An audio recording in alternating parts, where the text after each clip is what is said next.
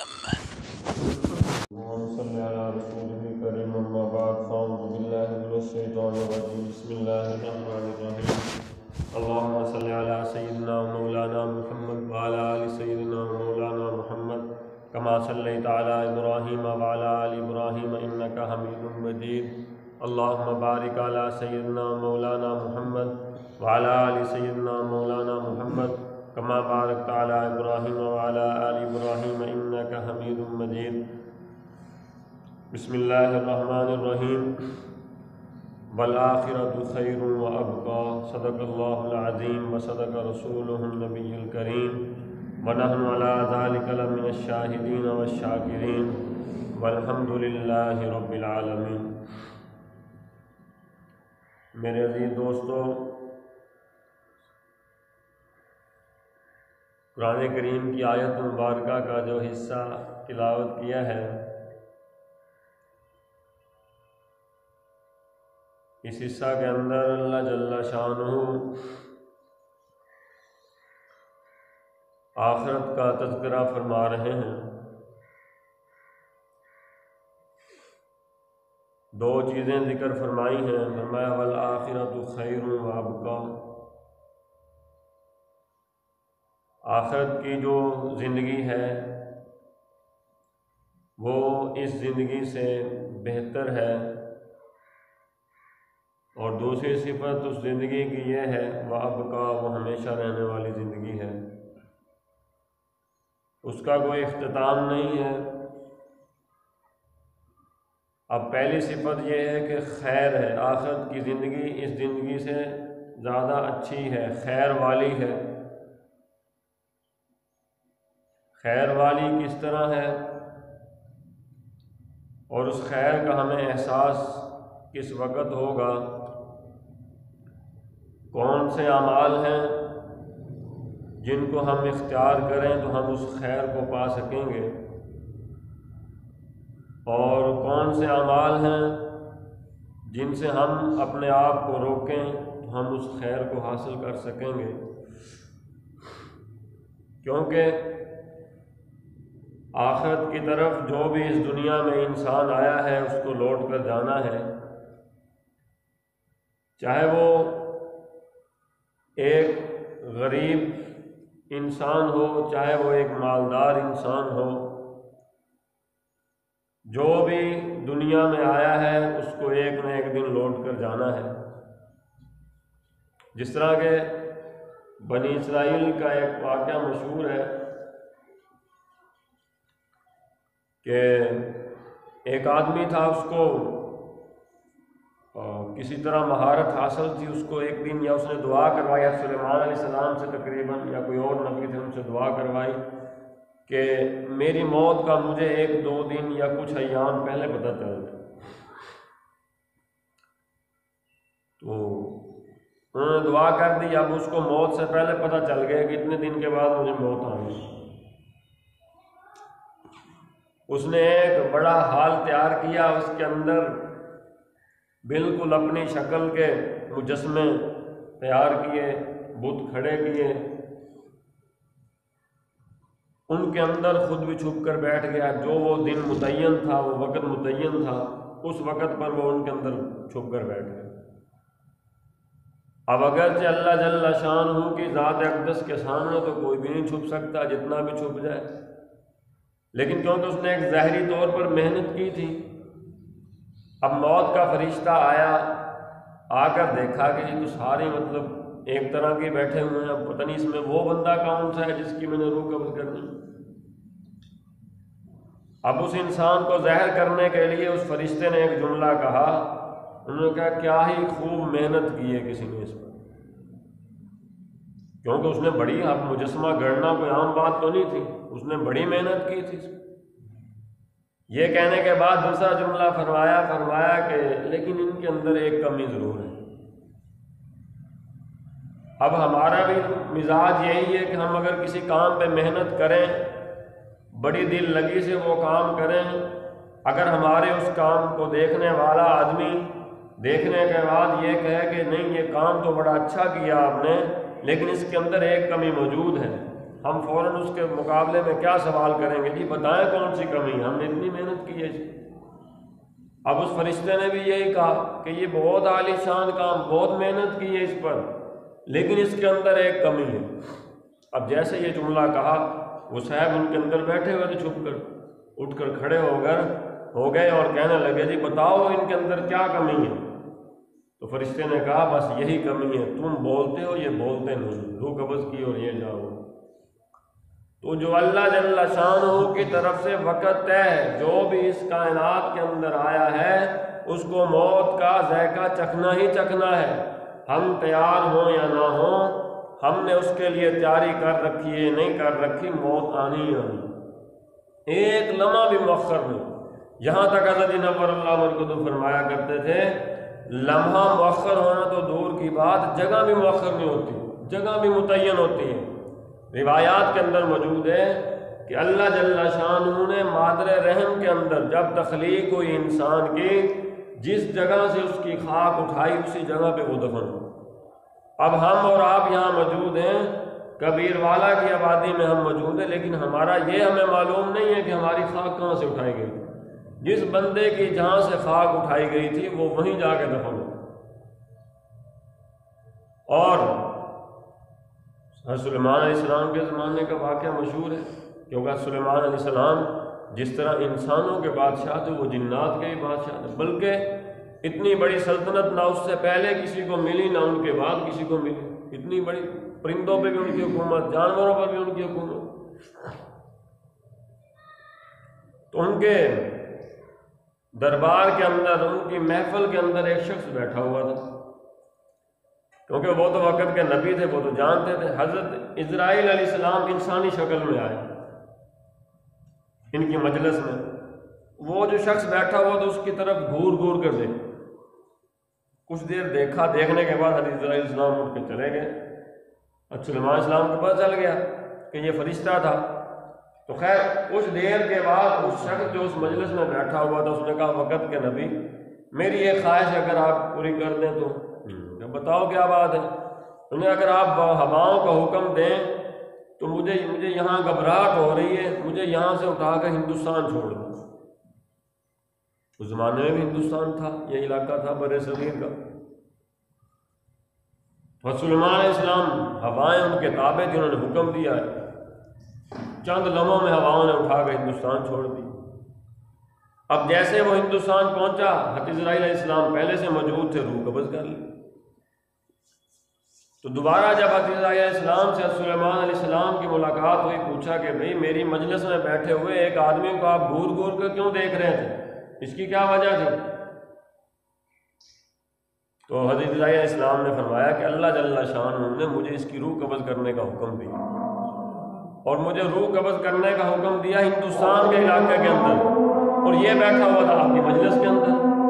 اب میں حیران ہو رہا تھا کہ یہ بیٹھا یہاں ہوا، اتنے لمحے کے بعد اس کی میں نے روح قبض کرنی اور میں نے قبض بھی ہندوستان میں کرنی، اس لیے میں نے اس کی طرف گھور کر دیکھا، اور اس کے فوراً بعد اس کے دل کے اندر یہ خیال آیا، اس نے آپ کو کہا، اور جیسے وہ وہاں پہنچا میں نے اپنا کام کر لیا۔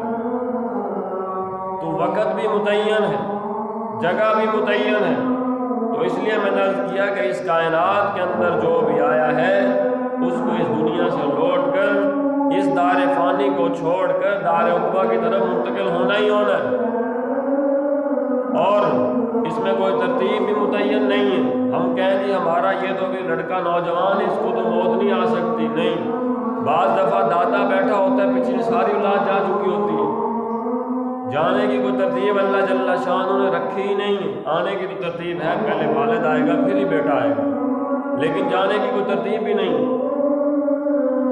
تو اس دنیا کے اندر ہم آئے ہیں، ہمارا اس دنیا میں آنے کا مقصد کیا ہے؟ دنیا کمانا ہے، بچے زیادہ پیدا کرنا ہے، اولاد بڑھانا ہے، بڑا خاندان کرنا ہے، یا بڑی عزت کمانا ہے، بڑی شہرت کمانا ہے؟ میرے عزیز دوستو، یہ ان میں سے ایک بھی غرض ہماری اس دنیا میں آنے کی نہیں۔ نہ شہرت، اللہ جل شانہ نے ہمارے سے مطالبہ نہیں کیا کہ تم بڑی شہرت لے کر آؤ میں تمہیں جنت دوں گا۔ اللہ جل شانہ نے یہ بھی ہمیں نہیں فرمایا کہ تم کافی زیادہ مال و دولت لے کر آؤ گے تو پھر میں تمہیں جنت دوں گا۔ یہ بھی نہیں فرمایا کہ تمہاری آل اولاد زیادہ ہوگی تو میں تمہیں جنت دوں گا، ایسا کوئی نہیں۔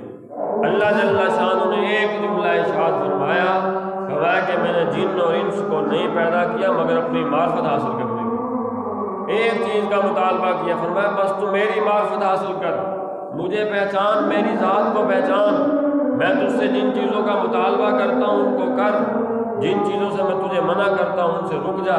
ہمارا کہ تو دنیا کا کامل ترین انسان، اگرچہ تیرے پاس بڑا کنبہ بھی نہیں ہے، تیرے پاس بڑی شہرت بھی نہیں ہے، تیرے پاس بڑی دولت بھی نہیں ہے، دنیا کے تمام اسباب تیرے پاس مفقود ہیں، لیکن اگر تو یہ کام کر کے آ گیا تو آخرت میں کامیاب ہی کامیاب۔ اور دور حاضر کے اندر اس بات پر، اس چیز پر ہماری محنت بالکل صفر، اس کے لیے ہم تیار ہی نہیں ہیں۔ اگر ایک کاروبار پیشہ کا انسان ہے تو اپنے کاروبار کے لیے 24 گھنٹوں میں سے 12 گھنٹے تو ڈیوٹی کر ہی رہا ہے۔ اگر اس کو لالچ مل جائے جی اگر اوور ٹائم لگاؤ گے تو مزید پیسے ملیں گے، وہ 12 کی بجائے 15 گھنٹے بھی کرتا ہے۔ اور اللہ جل شانہ جو کہ ایک ماں نہیں 70 ماؤں سے زیادہ شفیق ہیں، اتنی ہمارے سے محبت کرتے ہیں، اس نے خود کہا میں تمہارا خالق بھی ہوں، تمہارا رازق بھی ہوں، تمہیں صحت بھی میں نے ہی دینی ہے، تمہیں بیمار بھی میں ہی کرتا ہوں، تمہاری مشکلات بھی میرے ہاتھ میں ہیں، تمہاری آسانیاں بھی میرے ہاتھ میں۔ ان تمام چیزوں کی نسبت اللہ جل شانہ نے اپنی ذات اقدس کی طرف کی ہے۔ کسی ایک جگہ یا کسی ایک قول کو آپ مجھے دکھا دیں جہاں اللہ جل شانہ نے فرمایا ہو کہ بیمار تو میں کرتا ہوں، صحت تمہیں دوائی دے گی، نہیں فرمایا۔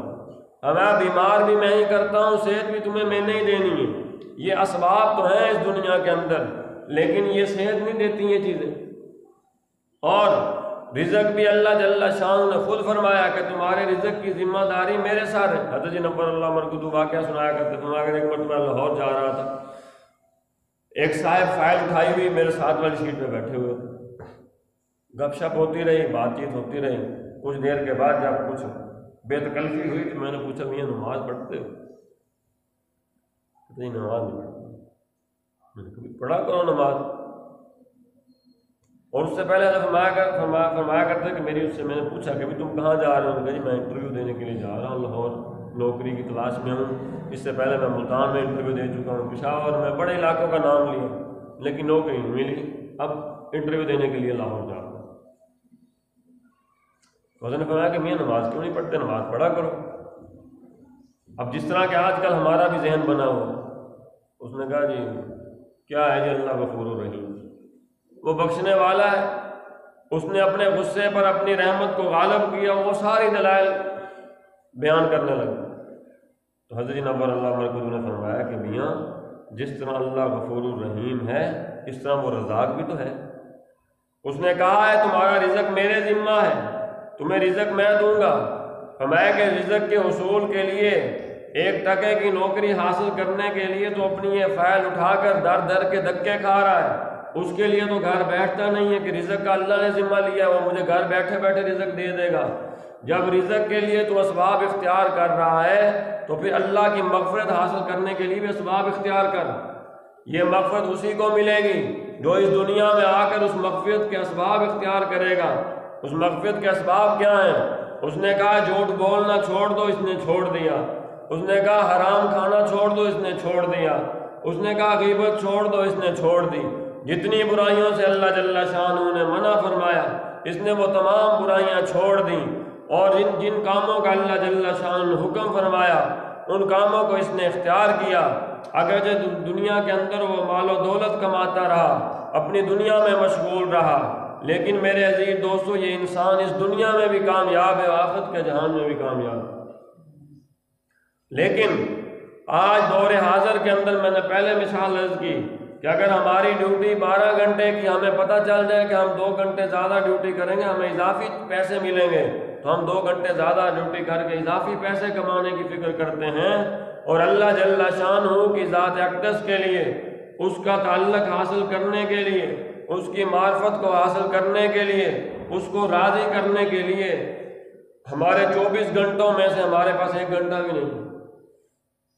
اگر ہمارے پاس صرف 1 گھنٹہ بھی ہوتا تو میرے عزیز دوستو، اگر ہم 24 گھنٹوں میں سے 1 گھنٹہ یکسو ہو کر اللہ جل شانہ کو یاد کریں، اس کی یاد میں گزاریں، تو میرا تو 100% تجربہ یہ ہے کہ اس کی برکت سے ہمارے 23 گھنٹے بھی عبادت میں گزریں گے، کیونکہ اللہ جل شانہ کا یہ اصول ضابطہ اس طرح ہی ہے، کچھ جس طرح کے روایات کے اندر موجود ہے۔ اب ہم جو نماز پڑھتے ہیں، ہم اپنی نماز خود چیک کر لیں، اکثر تو پڑھتے نہیں، جو پڑھتے ہیں اپنی نماز دیکھ لیں ہم کون کون سے خیالات سوچتے ہیں۔ لیکن فرمایا جماعت کے ساتھ نماز ادا کرو گے 23 نمازوں کا ثواب دوں گا۔ وہ ایک بندہ میرے طرح کا ہے، وہ نماز کے اندر اپنے کاروبار کا حساب کرتا رہا ہے، جماعت کے اندر آیا، امام صاحب نے نیت باندھی، اس نے باندھ لی پیچھے، اس کے بعد یہ اپنے کاروبار کے حساب کتاب کر رہا۔ اب سوال ہوتا ہے کہ اس کو 23 نماز کا ثواب کہے گا، اس کو کیوں دیا جا رہا ہے 23 نمازوں کا ثواب؟ میرے عزیز دوستو، حضرت جی نبر اللہ مردود اس کی وجہ بیان فرمایا کرتے تھے، فرمایا کرتے تھے جب ایک جماعت اکٹھی ہو کے اللہ جل شانہ کے سامنے کھڑی ہوتی ہے، اگرچہ ہر ایک کو خیالات آ رہے ہوتے ہیں، کسی کو اخلاص حاصل ہوتا ہے سجدہ کے اندر، کسی کو اخلاص حاصل ہوتا ہے قیام کے اندر، کسی کو اخلاص حاصل ہوتا ہے رکوع کے اندر، کسی کو اتحیات کے اندر، ہمارے ان سب کے اخلاص کو ملا کر ایک مخلص انسان کی نماز بن جاتی ہے۔ اب اللہ جل شانہ کا اصول یہ ہے کہ ایک مخلص انسان کی نماز پر 23 نمازوں کے برابر اجر عطا فرماتے ہیں۔ فرمایا کہ وہ ملنا تو ان میں سے کسی ایک کو ہوتا ہے، لیکن اس ایک کی برکت سے اللہ جل شانہ تمام کو 23 نمازوں کے ثواب عطا فرماتے ہیں۔ یہ ہماری اجتماعی عبادات کا فائدہ ہے۔ اس طرح اگر آپ حج کا موقع دیکھ لیں، حج میں بھی اسی طرح ہے۔ ایک مرتبہ حضرت نبر اللہ مردود تشریف فرما تھے، میں نے پوچھا کہ حضرت یہ جو لوگ اتنے حج کے لیے جاتے ہیں، وہاں اکثر تو جاٹ قسم کے آدمی ہوتے ہیں جن کو علم ہی نہیں ہوتا کہ حج کے مسائل کیا ہیں، اکثروں پر دم بھی واجب ہو رہے ہوتے ہیں، تو یہ کیا ماجرا ہے، ان کے حج قبول ہو جاتے ہوں گے؟ ہمارا کہ ہاں، ہر ایک کا حج قبول ہوتا ہے۔ میں نے کہا اس کی وجہ کیا ہے؟ ہمارا کہ اس کی حقیقت یہ ہے کہ جو بھی یہاں سے حج کے لیے جاتے ہیں، ان تمام کا حج قبول تو نہیں ہوتا، یہ اپنا حج فاسد کر بیٹھے ہوتے ہیں، حج کے اندر ایسے غلط اعمال کر بیٹھے ہوتے ہیں جو ممنوع ہوتے ہیں، لیکن اس مجمع کے اندر چند ایک شخصیات ایسی ہوتی ہیں جن کا حج کامل ہوتا ہے، جن کا حج اس 25 لاکھ کے مجمع کے اندر سے اللہ جل شانہ نے قبول کرنا ہوتا ہے۔ ہمیں کہ ان کی برکت سے اللہ جل شانہ کی غیرت اس چیز کو گوارا نہیں کرتی کہ اس مجمع کے اندر موجود 5 لوگوں کا حج میں قبول کر رہا ہوں، باقیوں کا قبول نہ کروں۔ فرمایا اس برکت سے سب کا حج قبول ہو جائے۔ پھر واقعہ سنایا، فرمایا کہ ایک مرتبہ ایک بڑے اللہ والے تھے، انہوں نے خواب کے اندر دیکھا 2 فرشتے تھے۔ ایک فرشتے نے دوسرے فرشتے سے سوال کیا کہ بتاؤ اس دفعہ جو حج کے لیے مجمع آیا تھا ان میں سے کتنے لوگوں کا حج قبول ہوا؟ دوسرے فرشتے نے کہا کہ 6 لوگوں کا حج قبول ہوا ہے، ان میں سے 5 لوگ یہاں آئے ہیں، چھٹا آیا بھی نہیں۔ تو فرمایا کہ دوسرے فرشتے نے پوچھا کہ چھٹا جو آیا نہیں ہے وہ کون سا ہے؟ پھر اس نے دوسرے فرشتے نے اس کو ان کا مکالمہ اس نے بتایا کہ ایک شخص تھا فلاں علاقے سے، وہ حج کے لیے اس زمانے میں پیدل سفر ہوا کرتے تھے، زیادہ راہ اکٹھا کرنا پڑتا تھا، سالوں سال مزدوریاں کر کے لوگ اپنا سامان کھانے کا باقی چیزیں اکٹھی کیا کرتے تھے۔ ہمیں زیادہ راہ اکٹھا کیا، باقی جو اس نے پیسے وغیرہ نقدی وہ بھی رکھے ساتھ، اپنے علاقہ سے نکلا، حج والے قافلے کے ساتھ نکلا، شہر سے باہر آیا تو ایک بیوہ خاتون جو کہ سید زادی تھی، اس نے ندا آواز لگائی کہ میں سید زادی ہوں اور میرے چھوٹے چھوٹے بچے ہیں، میرے پاس کھانے پینے کے لیے کچھ نہیں، جیسے آج کل بھی لوگ فقیر مانگتے ہیں۔ تو اس شخص نے اس کی صدا سنی اور سننے کے بعد دل پر ایسا اثر ہوا، کہنے لگا کہ میں تو حج دوبارہ بھی کر لوں گا، اس اللہ کی بندی کی ضرورت پہلے پوری کی جائے۔ اس نے اپنا تمام حج کا جو ساز و سامان، راشن، دانا پانی سارا اکٹھا کیا ہوا تھا، پیسے تھے، وہ سارے اس عورت کو دیے اور دے کر واپس قافلے سے واپس اپنے گھر چلا گیا۔ اب حج کے لیے قافلہ روانہ ہو گیا اور جب وہ حج کر کے قافلہ واپس لوٹا، پہلے زمانے میں بڑا ادب و احترام ہوا کرتا تھا، لوگ حاجی لوگوں کی جو ہے خوش آمدید ان کو کرنے کے لیے، ان کا استقبال کرنے کے لیے اپنے شہر اپنے علاقہ سے باہر جا کر ان کا استقبال کیا کرتے تھے۔ اب استقبال کرنے کے لیے لوگ آئے، ظاہری بات ہے وہ تو گھر میں موجود تھا، وہ بھی استقبالیوں میں شامل ہو کر وہاں پہنچا۔ اب جو حاجی لوگ آئے ان میں سے ایک شخص آگے بڑھا اور بڑھ کر اس کو ایک تھیلی دی جس کے اندر اس زمانے کی جو رقم تھی وہ موجود تھی، اور اس کو کہنے لگا کہ میاں یہ آپ نے فلاں جگہ پر حج کے دوران آپ نے مجھے یہ تھیلی دی تھی، اور آپ نے کہا تھا جب آپ گھر پہنچو یہ اس میں قیمتی پیسے ہیں مجھے وہاں واپس دے دیں۔ اس نے کہا اللہ کے بندے میں تو حج پہ گیا ہی نہیں، میں تو یہیں پر ہوں۔ انہوں نے کہا نہیں یار تو نے مجھے وہاں دی تھی اور تم نے کہا تھا یہ میری امانت ہے سنبھال کے رکھو، وہاں پہنچ کر مجھے واپس کر دینا، تو لہذا اپنی امانت سنبھالو۔ تو حضرت نور اللہ مرکز فرمایا کرتے تھے کہ جب اس نے وہ تھیلی کھولی تو اس کے اندر اس کی وہ تمام رقم موجود تھی جو اس نے اس سید زادی کو دی تھی۔ فرمایا کہ پھر اس فرشتے نے کہا دوسرے فرشتے کو جو وہ آدمی آیا نہیں تھا اس کا حج کس طرح قبول ہو گیا، اور جو وہ آدمی ایک اس کی شکل کا جہاں اس نے اس کو پیسوں کی رقم کی تھیلی دی وہ کون تھا؟ تو دوسرے فرشتے نے جواب دیا کہ اللہ جل شانہ نے اس کی شکل کا ایک فرشتہ پیدا کر دیا ہے جو ہر سال قیامت کی صبح تک جب تک حج یہاں ہوتا رہے گا اس کی طرف سے حج کرتا رہے گا۔ تو میں عرض یہ کر رہا تھا کہ اجتماعیت کا بڑا اثر ہے، تو میں عرض یہ کر رہا تھا کہ اس دنیا کے اندر ہمیں چاہیے کہ جس طرح ہم اپنی دنیاوی مشاغل کے لیے اچھا خاصا وقت لگاتے ہیں، کچھ وقت نکال کر کچھ لمحات نکال کر اگر ہم لمحات بھی نکالنا شروع کریں، آپ 1 گھنٹہ نہیں آدھا گھنٹہ دینا شروع کریں، اللہ جل شانہ آپ کو مزید توفیق دیں گے، مزید توفیق دیں گے۔ اس طرح آپ کے پورا کا پورا وقت خیر کا ہو جائے گا۔ میں نے پہلے بھی کئی مرتبہ واقعہ سنایا ہوگا کہ اللہ جل شانہ اپنی راہ کے اندر جو بناوٹی ہوتے ہیں، جو دنیاوی اغراض کے لیے اللہ کا تعلق حاصل کرنا چاہتے ہیں، کبھی کبھی اللہ جل شانہ ان کو بھی قبول فرما لیتے ہیں، ان کو بھی رد نہیں فرماتے۔ حضرت جی واقعہ فرمایا کرتے تھے کہ ایک فقیر آدمی تھا، غریب آدمی تھا، نوجوان لڑکا تھا۔ اب اس کو وقت کا جو قاضی تھا، آج کل ہمارے وہ گورنر ہیں، اس زمانے میں قاضی ہوا کرتے تھے، میں قاضی کی بیٹی کے ساتھ اس کو محبت ہو گئی۔ اب قاضی اچھا خاصا مالدار آدمی ہے تو اس کے پاس تو مال و دولت نہیں ہے، اب کسی طرح اس کے حاصل کرنے کی فکر میں مارا پھرتا تھا دن رات۔ تو ایک مرتبہ اس کے گھر میں حویلی میں وہ کسی وقت ملاقات کے لیے گیا ہوا، تو اسی دوران قاضی صاحب آئے، وہ باہر نکل کر کمرے کے باہر چھپ کے کھڑا ہو گیا۔ اب قاضی صاحب اپنی بیوی سے بات چیت کر رہے ہیں، اور وہ کہنے لگے کہ ہماری بیٹی جوان ہو گئی ہے تو لہذا اس کا کوئی اب جو ہے رشتہ وغیرہ تلاش کیا جائے۔ تو جو قاضی کی بیوی تھی اس نے پوچھا کہ آپ کیسا لڑکا تلاش کریں گے اپنی بیٹی کے لیے؟ تو قاضی نے کہا کہ مال و دولت تو اللہ نے مجھے بڑا دے رکھا ہے، میری ایک ہی بیٹی ہے، اولاد صرف ایک ہی ہے، تو مال و دولت تو بہت ہے ہمارے پاس، میں کوئی نیک لڑکا تلاش کروں گا جو نیک عبادت گزار ہو۔ اب وہ باہر کھڑا سن رہا تھا، وہ کبھی اس نے نماز پڑھی بھی نہیں تھی، لیکن جب سن لیا کہ قاضی صاحب کی جو مطالبہ ہے وہ یہ ہے کہ کوئی نیک لڑکا ہو۔ اب جس مسجد کے اندر قاضی صاحب نماز پڑھنے جایا کرتے تھے اسی مسجد کا ایک کونا اس نے اپنا جو ہے نا منتخب کر لیا، اس میں بیٹھ کے عبادت شروع کر، پہلے بھی کچھ نہیں کرتا دنیا کا۔ اب قاضی صاحب نے 1 دن دیکھا، 2 دن دیکھا، 1 ہفتہ دیکھا، وہ نوجوان ایک کونے میں بیٹھ کر ہمتاً ہر وقت عبادت میں مشغول۔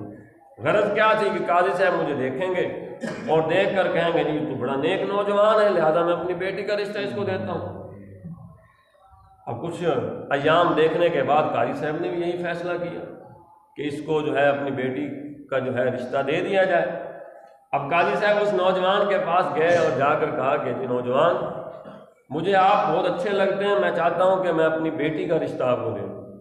اب بیٹھا بھی اسی غرض کے لیے تھا، لیکن اب غرض بدل گئی، اب اس عبادت کی لذت آ گئی، اب اس مالک سے تعلق ہو گیا۔ تو وہ نوجوان کہنے لگا قاضی صاحب معذرت کے ساتھ عرض کرتا ہوں، میں بیٹھا اسی غرض کے لیے تھا کہ آپ مجھے عبادت کرتا ہوا دیکھیں گے اور آپ کہیں گے یہ بڑا عبادت گزار نوجوان ہے، آپ مجھے اپنی بیٹی کا جو ہے رشتہ دے دیں گے، کیونکہ میں اس سے محبت کرتا تھا۔ لیکن یہاں عبادت کے لیے بیٹھنے کے بعد اب جس ذات سے مجھے محبت ہو گئی، مجھے آپ کی بیٹی کی ضرورت نہیں۔ تو میں عرض کر رہا تھا کبھی بناوٹی دنیا کے اغراض کے لیے جب ہم عبادت کرنا شروع کرتے ہیں، لیکن آج ہمارا دور حاضر کے اندر ہمارے اندر المیہ بھی یہ پیدا ہو چکا ہے، ہم اپنی دنیاوی اغراض کے لیے بھی اور اسباب اختیار کرنے لگے ہیں، اللہ کے در پہ نہیں آتے ہم۔ جبکہ پہلے مسلمان کی یہ خاصیت ہوا کرتی تھی، اس کو دنیاوی تنگی آئے، صحت کے حوالے سے تنگی، اگرچہ وہ کبھی عبادت نہیں کرتا تھا، کبھی نیک اعمال نہیں کرتا، لیکن اس مشکل وقت میں وہ اللہ کے در پہ ضرور آیا کرتے تھے۔ لیکن آج مغرب نے اس چیز پہ بھی محنت کر کے ہمارے سے یہ چیز بھی اٹھا دی، ہم اور اسبابوں کی طرف تو بھاگ جاتے ہیں، اپنے مالک کی چوکھٹ پر نہیں آتے۔ تو خیر اللہ جل شانہ نے قرآن کریم کی اس آیت مبارکہ کے اندر فرمایا وَالْآخِرَةُ خَيْرٌ وَأَبْقَىٰ، ہمیں آخرت کی زندگی خیر ہی خیر ہے اور ہمیشہ رہنے والی زندگی ہے۔ میں نے پہلے بھی عرض کیا کہ زندگی دنیا کی زندگی بالکل مختصر زندگی ہے، جس کو آنا ہے واپس لوٹ کر جانا ہے۔ کیا یہ اچھا ہے وہ آنے والا جس نے آخرت کے لیے تیاری کی، جس نے آخرت کے لیے اپنا سامان تیار کیا، وہ اس دنیا میں بھی اچھی کامیاب زندگی گزار کر گیا، اگرچہ ہمارے ذہن کے مطابق، ہماری سوچ کے مطابق، جو ہمارے نظریات ہیں اس کے مطابق وہ ایک غریب فقیر آدمی تھا، لیکن میرے عزیز دوستو اللہ جل شانہ کیا وہ سب سے امیر آدمی تھا، کیونکہ وہ آخرت کی زندگی کو کما گیا۔ اللہ جل شانہ ہم سب کی دنیا و آخرت دونوں بہتر فرمائیں۔ باقی دعوانا ان الحمدللہ۔